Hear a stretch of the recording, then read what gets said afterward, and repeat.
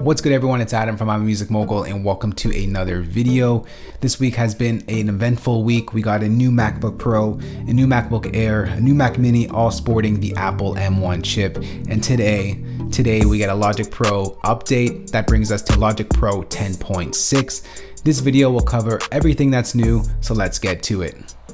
First off, we get a cool new Logic Pro icon that gets that big cert treatment, something that I personally appreciate.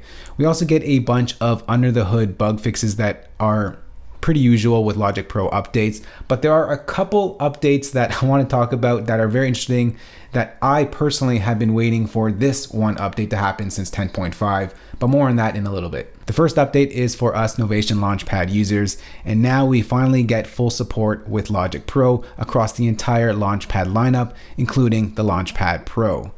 No longer do you have to rotate the Launchpad 90 degrees. Everything works in the way Launchpad was intended, which is really good because it makes things like editing the volume and pan a whole lot easier. But you can also go ahead in the Logic settings and adjust the orientation of the Launchpad in case you want to bring together several Launchpads and create an entire crazy live rig setup. But the biggest update to Logic Pro 10.6 has to do with the Logic Remote app. And if you haven't updated the Logic Remote app, now is probably the time to do so. So when 10.5 dropped, I was extremely hyped about the step sequencer. And my first thought was to go to Logic Remote app and just use that to step input all of my drums or melodies, wherever it may be.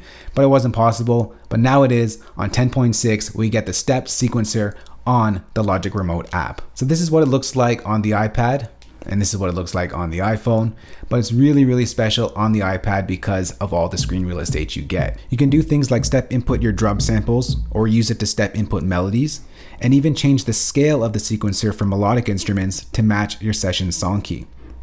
You even have access to the various step sequencer modes like note repeat and velocity, and it makes it really special and cool when you're taking your finger and dragging it across the screen just like that. Now I know you can use the mouse to step input everything, but it's just something about using your finger on a big piece of glass like the iPad that just makes it really more intuitive, and you feel more a part of the music in some weird way. You also get some minor small UI changes. I noticed when I went to go ahead and load in a plugin or effect, the menu or the background of the menu is sort of grayed out, gives you that big cert treatment once again. It just makes it feel a lot cleaner, and you'll feel that cleanliness once you use it yourself as well. But other than that, that is the Logic Pro 10.6 update. I should mention you do need Catalina to update to 10.6. So if you're running High Sierra or Mojave, do know that you got to update to Catalina to utilize everything that's good in 10.6. But that's it for this one. The 10.6 update is available in the Mac App Store, so be sure to check that out. And if you do have any questions on this, definitely let me know in the comment section below. Happy to chat down over there, and I'll see you very soon in the next video. Later.